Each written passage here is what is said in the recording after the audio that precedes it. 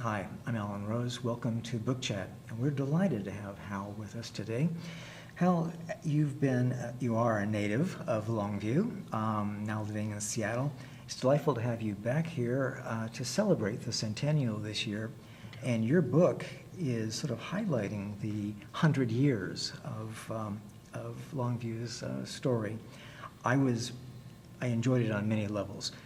Certainly the stories you tell, the wonderful collection of photos that it has. It's really a treasure and very fitting for the centennial year. Thank you very much.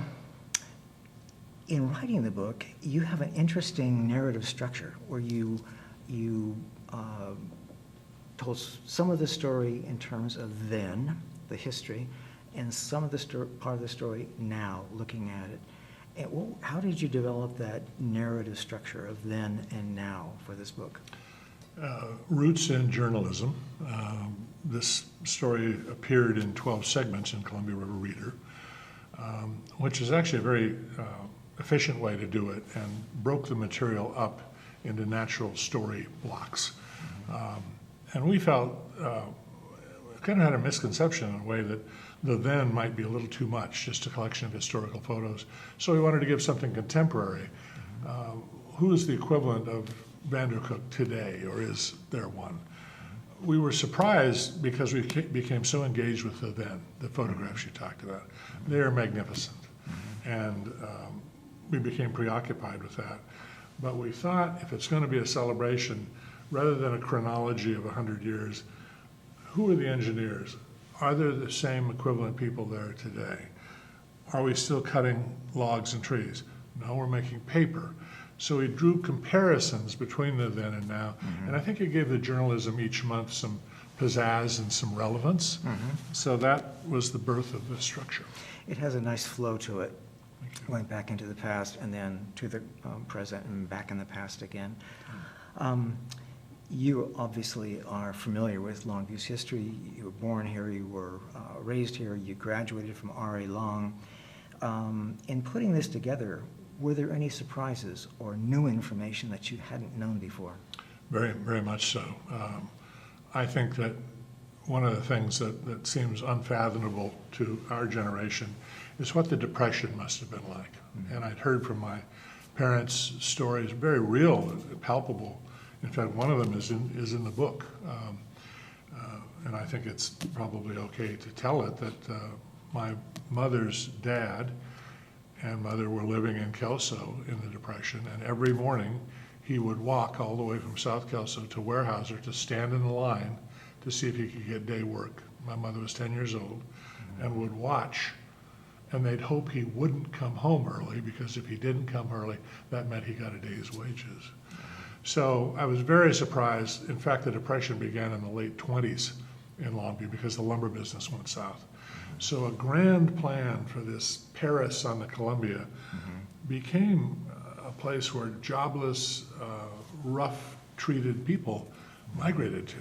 And there was an immediate disparity there, and that's a fascinating narrative. In a way, it fulfilled R.A. Long's vision more, because it was almost like missionary work for these people. And that was very much R.A. Long's character, is to uplift people. R.A. Long is, Robert Alexander Long was a fascinating character. He was elderly when he came out here and to develop this city. He had a vision not only of creating a business and a mill town, but of actually creating a community where people could raise their families and live a good life. What type of man was he? I purposely used the first photograph in the book, and I realize we're not photographing this, is R.A. Long at age 18, because I wanted to change that image of him as this elderly man in the suit and the boater, because he was a scrambler. He was a visionary kid that at age 18 went into the hay business. His first crop of hay went south, so as was the tradition in Missouri or Kansas, they laid slats and boards over the hay to try to preserve it. They waited through the winter. They tried to sell the hay. The hay had gone rotten, but the boards sold for something. And that became the roots of his lumber So business. he says, go into timber then. 10 or 15 years later, he owns 40 or 50 lumber yards around the United States. And by the time Longview was born, Longbill Lumber Company was the largest lumber business in the United States. So it's a wonderful Horatio Alger story in that regard. But speaking specifically to your point, at age 60-some, they logged all of the pine. And in fact, I use a term in the book I'm rather proud of. These guys who'd been mowing down stands of southern pine, because they really had flat ground, the trees are just there.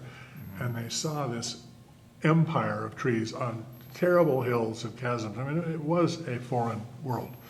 And at age 60-some, he said, I want to see this for myself. Got on a horse, went with Ryder and a couple of his other partners, and spent a week just checking it out on horseback at age 60-some. So incredible vitality. He could have retired, richest guy in Kansas City, certainly. He said, no, let's take a chance. I've built an organization. I think he was goaded on by having 10 or 15 really loyal lieutenants that he didn't want to farm those out. He said, let's think about this. And they gambled. They went for it. How did he come up with the idea of creating a city, not only just a city, but a new city, a planned city? His hand was forced by a very, I think the hero of the book is a guy named Wesley Vandercook, who was the chief engineer for the city. And this particular delta, this piece of land, was an odious piece of land for an engineer. It was underwater, it was swampy. And they said, well, we need to dike and dam and do this to build a mill.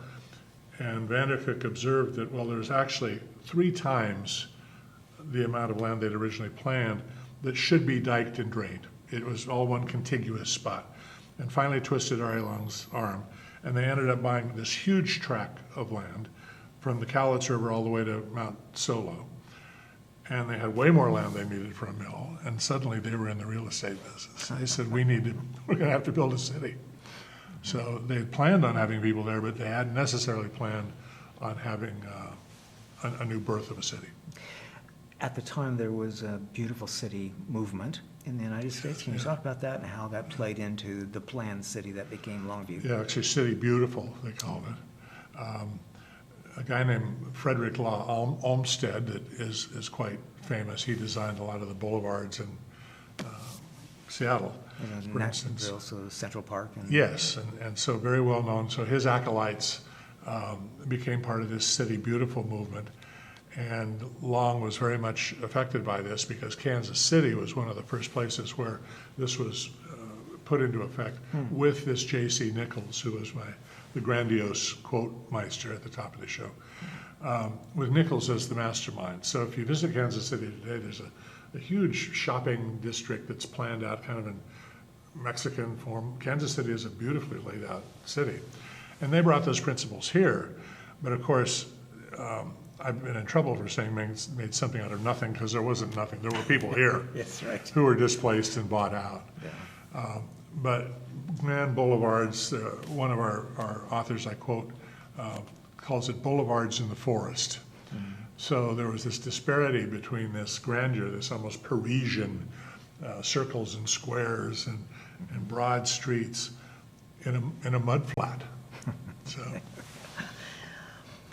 Long died in 1934. He was 84 years old.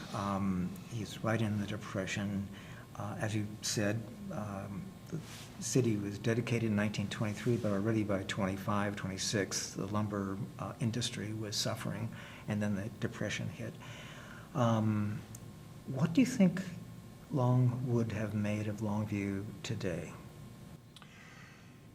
He took some heat from the Kansas City people, from his own relatives. One of our authors that I quote, Lenore Bradley, wrote a biography of Long from the Kansas City perspective. And her disdain and skepticism about Longview permeates the book, because the heirs to his fortune believed that he was putting good money after bad, 1,800 miles away from Kansas City. And then, of all things, this horrible depression adds to the burden. I mean, besides building a mill, he now had to build a city. He now had to be in the welfare and social services business because there were not a bunch of middle-class people coming out with waving greenbacks and waiting to buy houses. Instead, they were destitute, desperate for jobs. So in 1934, his fortune was virtually depleted. He had borrowed, this was a sore point in Kansas City. R.A. Long High School was built, starting with a gift of, I think it was $750,000 from R.A. Long, money he had gotten from mortgaging his R.A. Long headquarters in Kansas City. Wow.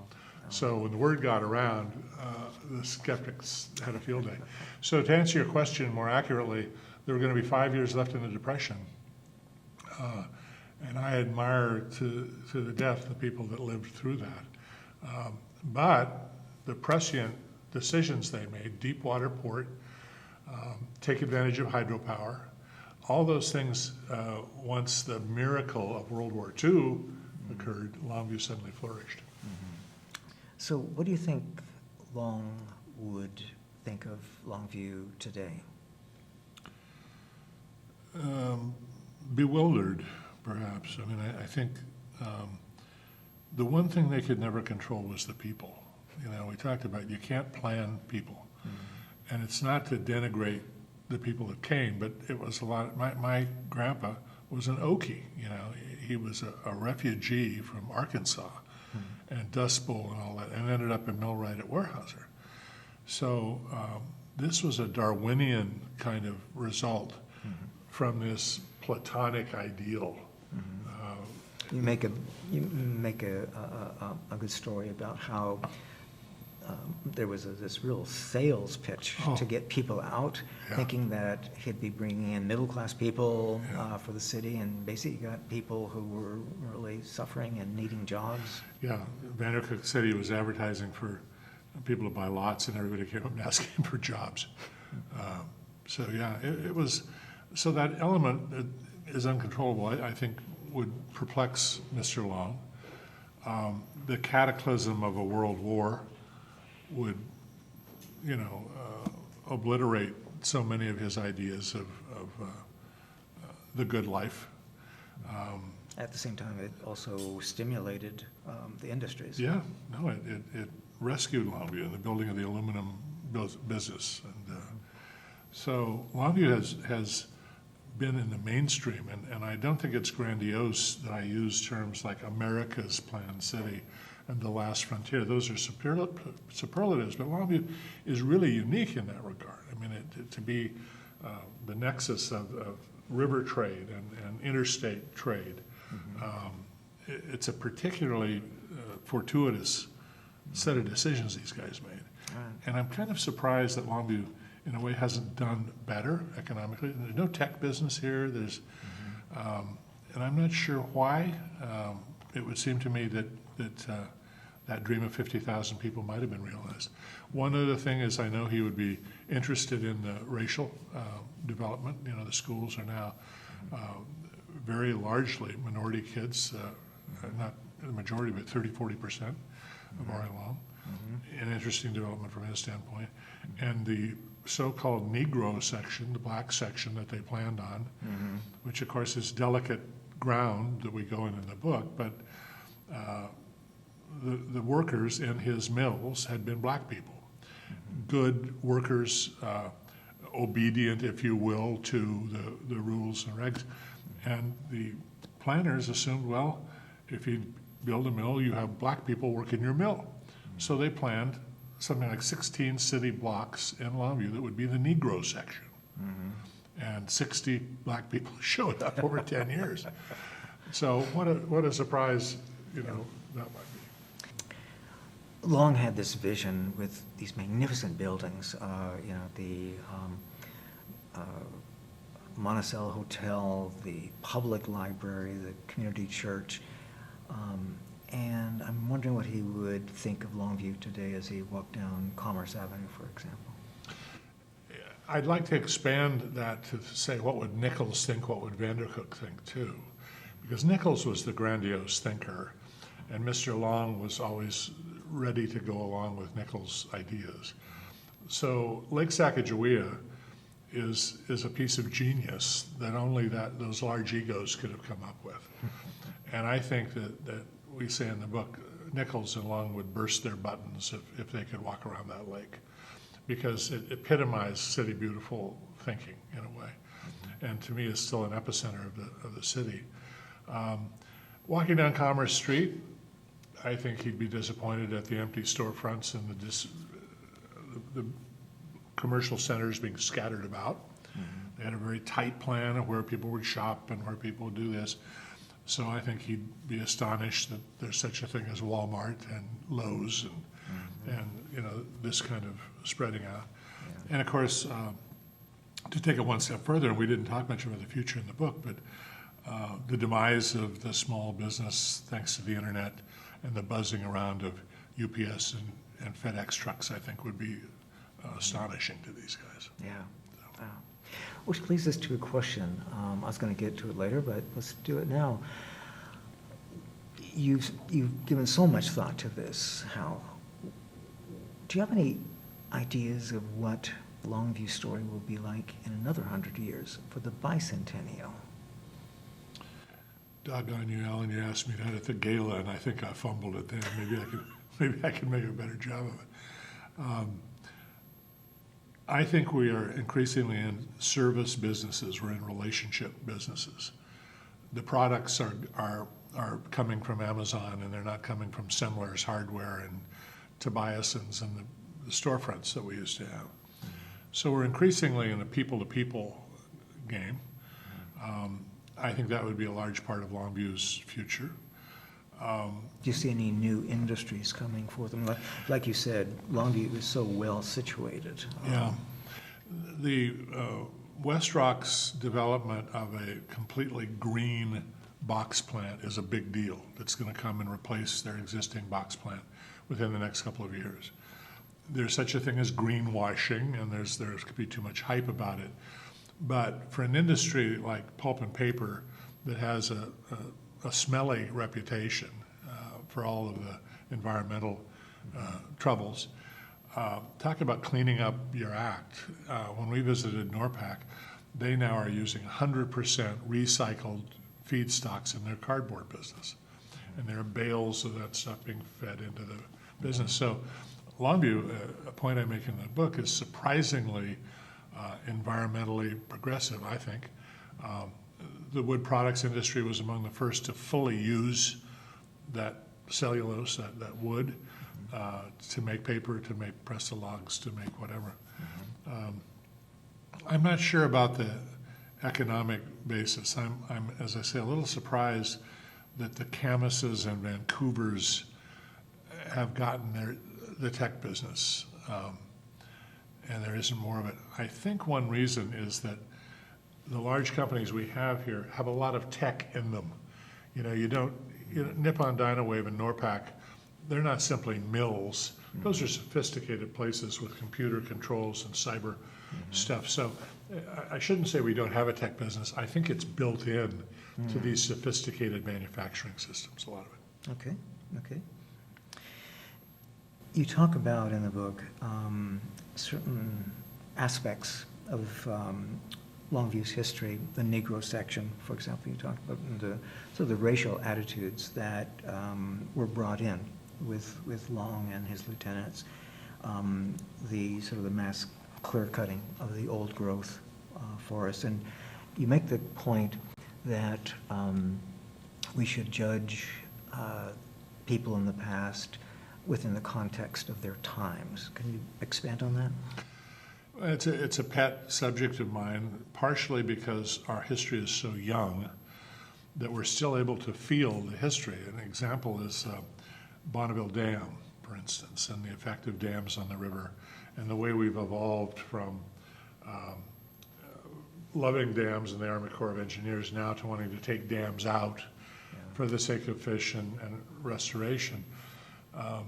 So if you read Lewis and Clark, if you read about these poor people literally trying to navigate their way down the river, you think about the town of Monticello, which was completely wiped out by a flood.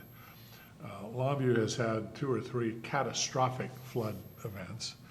Anybody of a previous generation would thank God every night on their knees for the dams, the flood control, the irrigation, the public power. And to ignore that is to shun a whole history and to rework a kind of political correctness on it.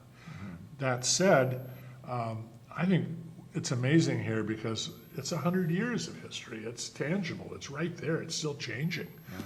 That's one of the reasons that, one of our favorite authors, Rex Zeke, basically rewrote the history of the last 30 days of the Lewis and Clark expedition because no historian could get down there to the mouth of the Columbia. Rex and his dad used to go buck logs and sinkers out of the water, and he walked it himself. He's an amateur historian. So we're Boy Scouts here. We're just fledgling, and we're making it up as we go.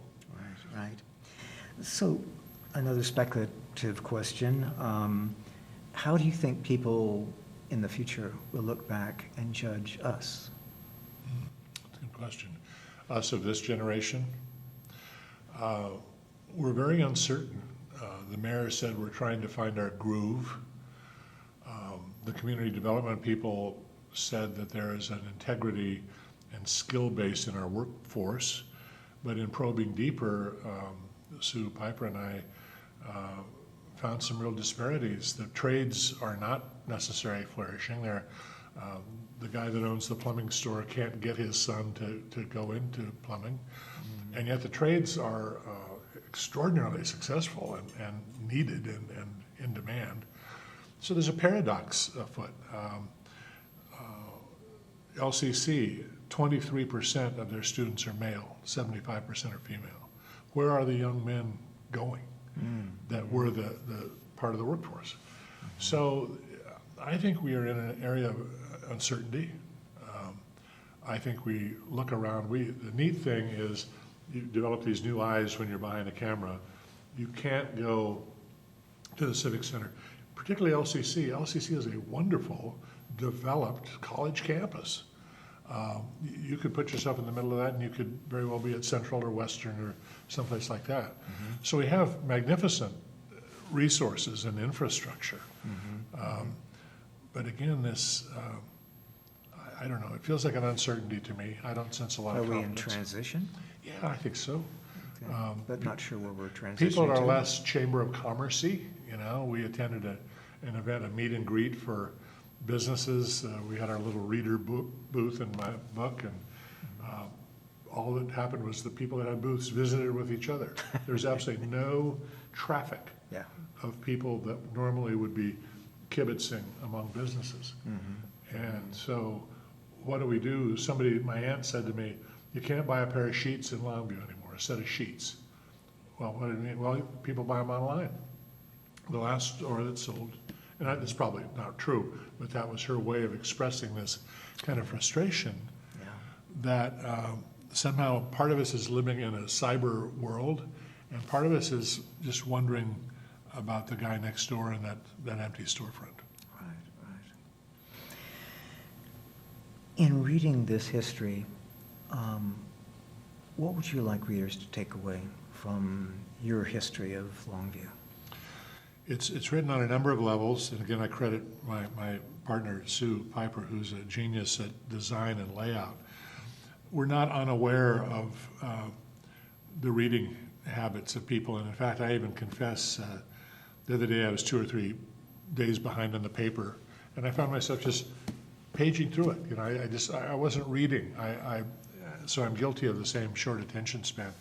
But the book is illustrated in a design in such a way that a 5-minute tour is really rewarding. The pictures are wonderful. We made sure the captions were illustrative. We pull quotes out that are cool. We put headlines in. And I don't think it junks it up. I think it adds accessibility. It almost feels more like a magazine going through it. It is, yeah. And we're intentionally journalistic. We derive from the reader. And we feel good about that because John McClellan, the dean of scholarship and literature, if you will, about Longview, he was a journalist. So his books were very much the same. They used photos. A lot of it was recycled daily news content. A next level is, I think there are some good stories in here that you can read episodically. You know, and then of course, if somebody wants to trudge through the whole thing, well, we hope so. And there's an interview with the author at the end as a reward. Yes, at the gala, I had suggested to the people, just read the first chapter, because I felt that it would really hook people. It's a great story about the dedication ceremonies, and July 12th, 1923, and there's this glorious grand hotel and this burnishing new city, 10,000 people, and the toilets don't work. You know, Well, the toilets work. yeah, but they Yeah. flushed into the They basement. flushed into the basement, and there's no sewer. And actually, I was edited. I had a zinger at the end of that, which is has many dreams. Their eyes were on the stars, and poop was in the basement. But that line didn't make it into the final cut. Okay, well, that's Sue's job. That's Sue's job. Yeah. Okay. So, Well, Hal, thank you so much first off, for writing this history, and secondly, for sharing it with us and having it ready by the centennial. People can celebrate this. And what I said in my book review was that it makes us pause and reflect on the way we've come and the community that we are. And that's a real gift. Thank you. So thank you. Thank you. Okay. Much pleasure.